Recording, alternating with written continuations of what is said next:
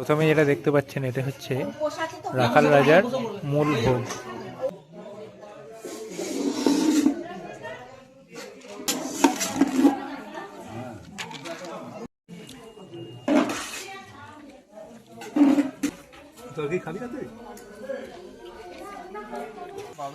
আচ্ছা, কি দাম আছে? 5 টাকা করে। এখানে যেমন দেখতে পাচ্ছি ধনিয়া পাতার পকোড়া হচ্ছে, চপ রয়েছে, বেগনি রয়েছে। এইটাই হচ্ছে বাবা রাখাল রাজ বা শ্রীকৃষ্ণ রাখাল রাজের মূল মন্দির। সামনে এরকম নাটমঞ্চ দেখতে পাবেন, নাটমঞ্চ পেরিয়ে পিছনে মূল মন্দির। আর এটা হচ্ছে দোল উৎসবের দিন এখানে বাবা রাখাল রাজকে নিয়ে আসা হয়। রাখাল রাজা মন্দিরকে আমি বলছিলাম বাংলার বৃন্দাবন। বাংলার বৃন্দাবন কেন বলা হয় জানেন? এই হচ্ছে বাবা রাখাল রাজের বা শ্রীকৃষ্ণ রাখাল রাজের মূল বিগ্রহ মন্দির। তার পাশে রয়েছে যমুনা পুষ্করিণী। নববিবাহিত দম্পতি এখানে এসছেন রাখাল রাজের কাছে পুজো দেবেন বলে।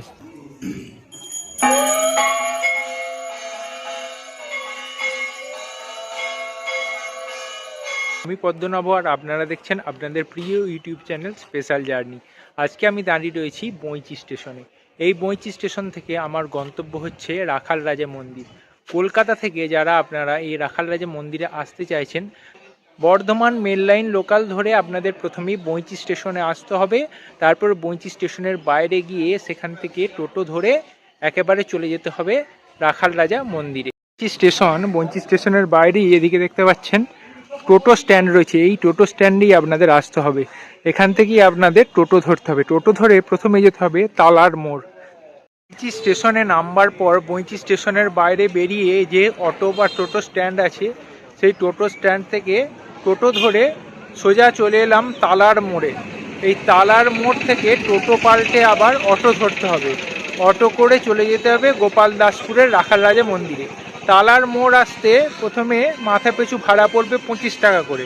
আর তালার মোড় থেকে যে অটোটা ধরবেন সেই অটোতে মাথা পিছু ভাড়া পড়বে 10 টাকা করে, অর্থাৎ 35 টাকার মধ্যে আপনারা একেবারে সরাসরি রাখাল রাজা মন্দিরের ওখানে পৌঁছে যেতে পারবেন।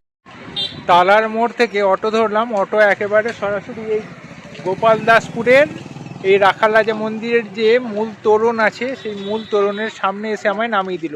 অটোতে আমার 10 টাকা ভাড়া লাগলো। এইবার এই তোরণের ভেতর দিয়ে আমাকে রাখাল রাজা মন্দিরের দিকে এগিয়ে যেতে হবে। এখান থেকে হাঁটা পথে 10 মিনিট হাঁটলেই রাখাল রাজা মন্দির। ভিতর দিয়ে হাঁটতে হাঁটতে খানিকটা এগিয়ে দেখলাম এরকম একটা ছোট্ট মন্দির রয়েছে। তরুণের ভেতর দিয়ে রাস্তাটা দিয়ে হাঁটতে হাঁটতে এখানে এগিয়ে এসে আপনারা একটি সুন্দর এরকম বাবা লোকনাথের মন্দির দেখতে পাবেন, যেখানে ভিতরে বাবা লোকনাথের একটি সুন্দর বিগ্রহ রয়েছে। এখানে প্রণাম জানিয়ে আপনারা রাখাল রাজা মন্দিরের দিকে এগিয়ে যাবেন। বাবা লোকনাথের দর্শন করবার পর আমি এগিয়ে যাচ্ছি রাখাল রাজা মন্দিরের দিকে।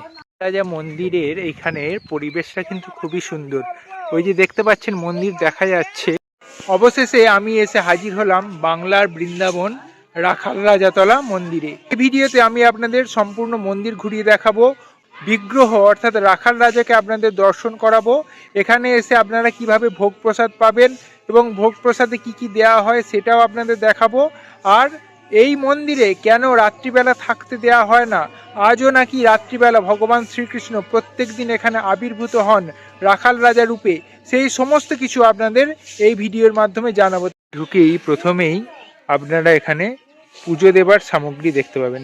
পুজো দেবার সামগ্রীর কি দাম আছে দাদা? 20 টাকা 30 টাকা।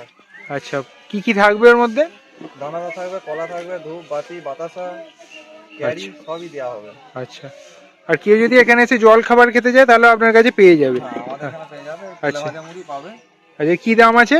5 টাকা করে সব তেলে ভাজা। টাকা করে। এখানে যেমন দেখতে পাচ্ছি ধনিয়া পাতার পকোড়া হচ্ছে, চপ রয়েছে, বেগনি রয়েছে। এইটাই হচ্ছে বাবা রাখাল রাজ বা শ্রীকৃষ্ণ রাখাল রাজের মূল মন্দির। সামনে এরকম নাটমঞ্চ দেখতে পাবেন, নাটমঞ্চ পেরিয়ে পিছনে মূল মন্দির। আর এটা হচ্ছে দোল উৎসবের দিন এখানে বাবা রাখাল রাজকে নিয়ে আসা হয়। তুমি রয়েছে নাট মন্দির। নাট মন্দিরের ভিতরে ঢুকে আপনাদের দেখাই, এখানে ভগবান শ্রীকৃষ্ণের ছোটবেলার লীলা খেলার বহু চিত্র এখানে সুন্দরভাবে তুলে ধরা হয়েছে। বড় নাট মন্দিরে ভক্তরা যখন দূর থেকে আসেন তারা এই নাট মন্দিরে বসে বিশ্রাম নেন এবং রাখাল রাজাকে এখান থেকেই দর্শন করেন এবং তার সঙ্গে এখানে বসে অনেকে প্রার্থনাও করেন। চলুন এবার আপনাদের রাখাল রাজাকে দর্শন করে। রাখাল রাজের মূল বিগ্রহ কি অপরূপ সুন্দর দেখতে দেখুন। এখানে ভগবান শ্রীকৃষ্ণ রাখাল রাজা রূপে আবির্ভূত হয়েছিলেন। কোথায় আবির্ভূত হয়েছিলেন সেটা আপনাদের দেখাচ্ছি। তার আগে আপনারা ভালো করে বিগ্রহ দর্শন করুন। এই যে হচ্ছে রাখাল রাজা মন্দির, আর তার দুই পাশে আপনারা এরকম ভগবান শ্রীকৃষ্ণের লীলাক্ষেত্রের প্রচুর মূর্তি বা বিগ্রহ দেখতে পাবেন। বসুদেব ভগবান শ্রীকৃষ্ণকে ছোটবেলায় যমুনা নদী পার করে গোকুলে দিয়ে আসছেন। তার পাশেই রয়েছে এখানে ভগবান শ্রীকৃষ্ণের কালিয়ানাগ দমনের সেই বিখ্যাত দৃশ্যটি এখানে সুন্দরভাবে তুলে ধরা হয়েছে। আর এখানে রয়েছে, এখানে আরও একটি সুন্দর দৃশ্য দেখতে পাচ্ছেন। সব ভগবান শ্রীকৃষ্ণের ছোটবেলার যে সমস্ত লীলা সেইগুলো এখানে সুন্দরভাবে তুলে ধরা হয়েছে। পাশে রয়েছে ভগবান শ্রীকৃষ্ণ কুরুক্ষেত্রের যুদ্ধের আগে অর্জুনকে সেই যে উপদেশ দিয়েছিলেন, যেটা শ্রীমদ্ ভগবদ গীতা নামে পরিচিত, সেটা এখানে তুলে ধরা হয়েছে। তলায় দেখুন 4টে বেদকে রাখা হয়েছে, ঋগ্বেদ, সামবেদ, যজুর্বেদ, অথর্ববেদ, এবং তার উপরে পরম ব্রহ্ম শ্রীকৃষ্ণ অর্জুনকে যে গীতার উপদেশ দিয়েছিলেন সেটাই এখানে দেখানো হয়েছে।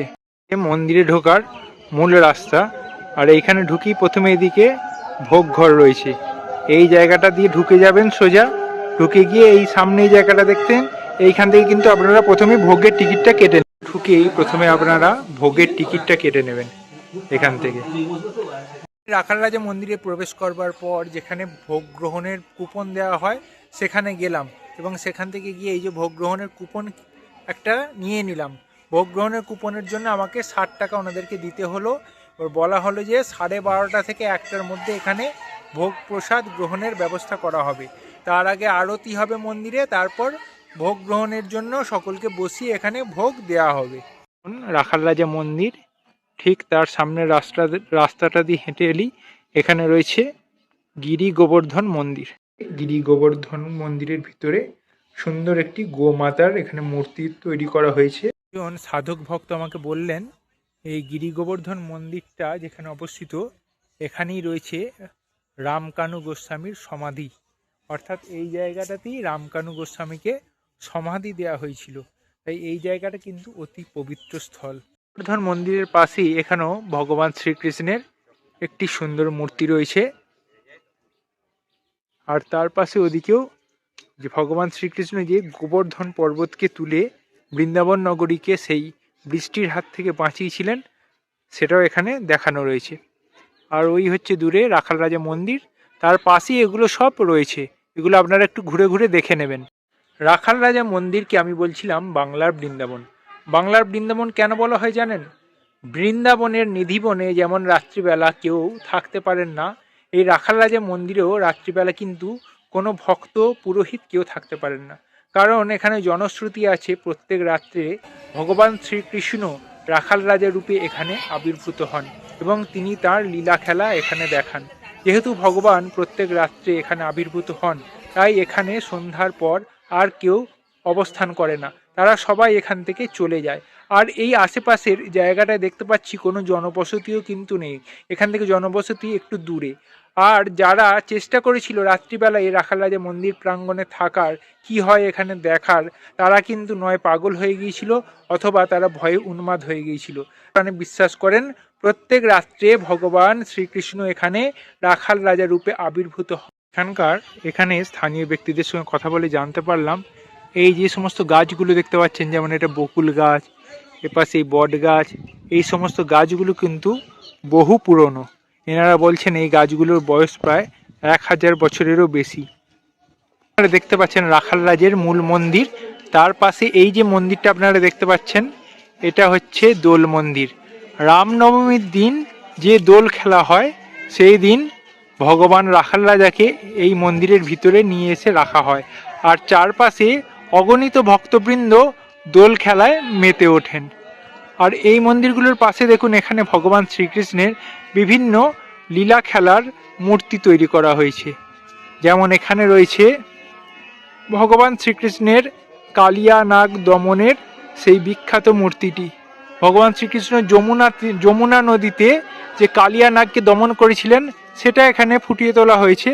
আর তার পাশে এখানে রয়েছে দেখুন বসুদেব কংসের কারাগার থেকে ছোট্ট শ্রীকৃষ্ণকে গোকুলে যে নিয়ে যাচ্ছেন তার সুন্দর মূর্তিটি এখানে তৈরি করা হয়েছে। আপনারা যে আমার পাশে পুষ্করিণীটা দেখতে পাচ্ছেন, এটা হচ্ছে যমুনা পুষ্করিণী।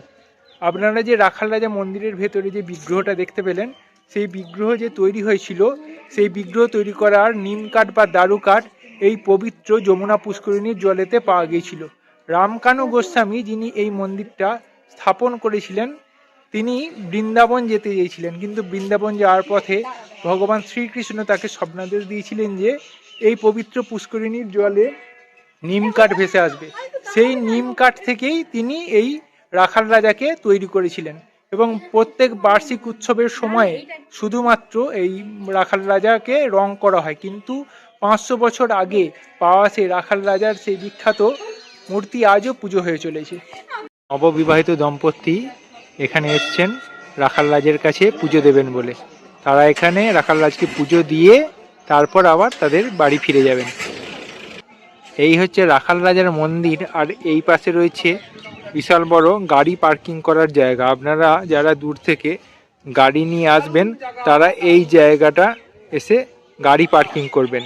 গাড়ি পার্কিং করবার বিশাল জায়গা রয়েছে, এখানে আপনারা আপনাদের ইচ্ছা মতো এসে গাড়ি পার্কিং করে রাখতে পারবেন। রাখাল রাজার দেখুন এক পাশে রয়েছেন গোপীনাথ, আর এক পাশে রয়েছে রঘুনাথ অর্থাৎ শ্রীরামচন্দ্র, আর মাঝে রয়েছে রাখাল রাজা। এবার ভগবান রাখাল রাজের আরতি শুরু হবে।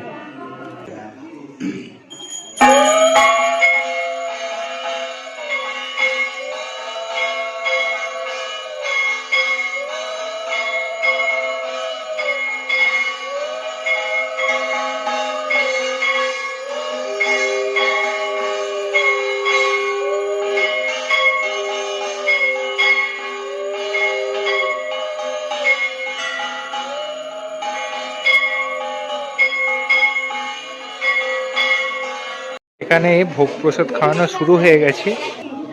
প্রথমে পাতা দিয়ে দেওয়া হলো। প্রথমে যেটা দেখতে পাচ্ছেন এটা হচ্ছে রাখাল রাজার মূল ভোগ। প্রথমে রাখাল রাজাকে উৎসর্গ করা মূল ভোগটা দেয়া হচ্ছে, দেখুন। এরপরে আসছে অন্ন ভোগ।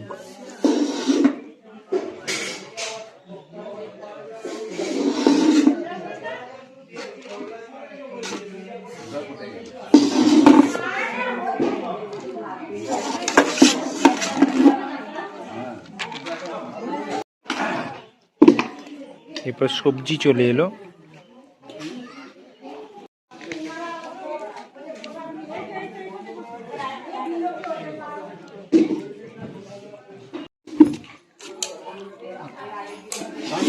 অল্প রাখাল রাজার ভোগ, তারপর অন্নভোগ, তারপর সবজি দেওয়া হলো, শাক দেওয়া হলো, বা শাক দিয়ে অন্নভোগ খাই।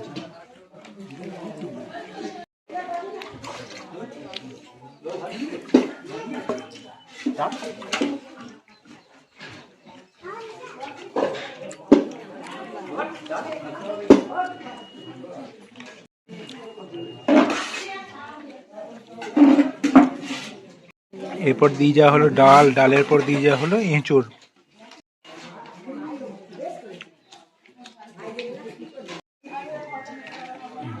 ডাল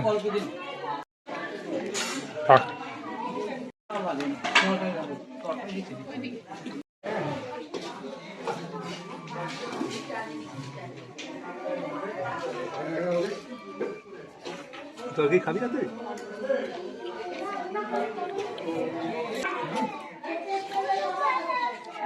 রাজা মন্দিরে অবশেষে ভোগ প্রসাদ গ্রহণ করে নিলাম। এবার রাখাল রাজাকে আরও একবার প্রণাম জানিয়ে মন্দির থেকে চলে যাব। রাখাল রাজার কাছে এটাই প্রার্থনা করব, বারবার যেন তার কাছে ফিরে আসতে পারি। এই মন্দির এখন বন্ধ হয়ে গেল, আবার বিকেলবেলা 4টে সাড়ে 4টের সময় মন্দির খুলবে, সন্ধ্যা আরতি হবে, তারপর মন্দির বন্ধ হয়ে গিয়ে এখান থেকে সব ভক্তরা চলে যাবে, সেটা তো আগেই বলেছি।